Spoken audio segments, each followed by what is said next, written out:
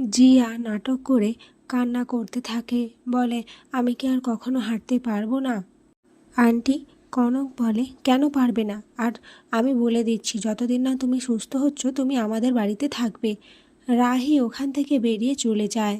রাহুল, অনি, lux, মিমোকে জিজ্ঞেস করে রাহি কোথায় গিয়েছে, কিন্তু তারা কেউই জানে না। এরপর রাহুল রাহির পিছু নেয়। রাহি মন্দিরে এসে প্রার্থনা করতে থাকে আর বলে আমি কি করেছি ভগবান?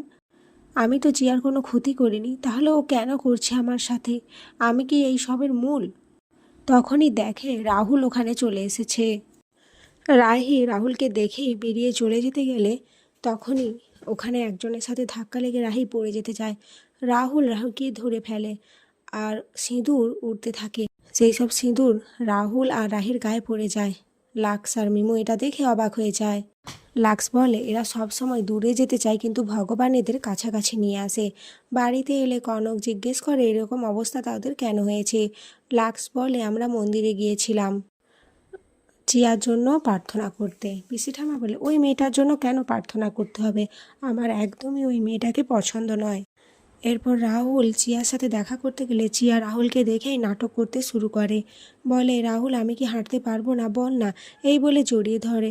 রাহুল নিজের থেকে চিয়াকে ছাড়িয়ে নেয় আর বলে কেন পারবি না? দেখ আমার কিন্তু তোর থেকেও অবস্থা খারাপ ছিল। রাহি প্রপার ট্রিটমেন্ট আর সেবা শুশ্রূষাতে আমি এখন নিজের পায়ে দাঁড়িয়ে রয়েছি। চিয়ার এসব সমস্ত কথা একদমই ভালো লাগে না। আর এখানেই আজকের পর্ব শেষ হয়ে যায়। তো বন্ধুরা, তোমাদের কি মনে হয় রাহুল কি কখনো বুঝতে পারবে জিয়া আসলে রাহির ক্ষতি চায়? অবশ্যই কমেন্টে জানিও।